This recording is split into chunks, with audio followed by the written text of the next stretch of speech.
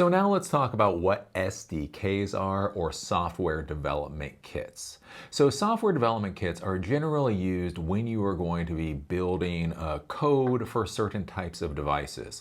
So imagine iOS devices, Android devices, maybe smart TVs, maybe some kind of program for an infotainment system in a car, that type of deal. Many times when you're going to be coding for those particular environments, you will need what's called an SDK, and this means software development kit. Basically what the software development kit is, it's a bundle of resources and assets that you'll need to be able to actually program for whatever device it is that you're coding for.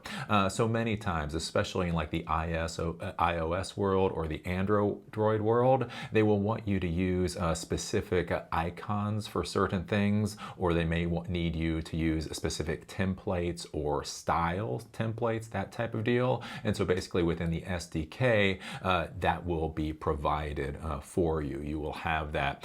There may also be other things for basically how you're able to connect your code into their systems or do testing and that type of thing. That may be part of the SDK. When you're going out there and you're looking at these SDKs, some SDKs are free and some SDKs cost quite a bit of money.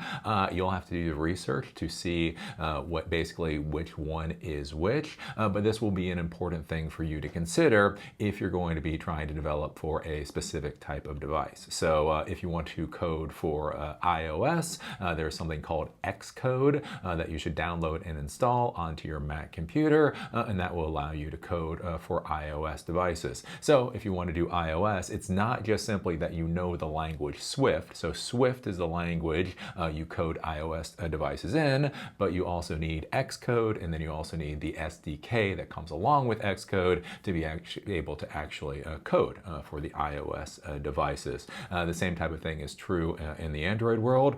They have their own SDK and such, and so this is just one of those things to be thinking about. It's not simply that you know and have access to the code and IDE. You may also need a software development kit in order to be able to actually create code for a specific device and be able to deploy it.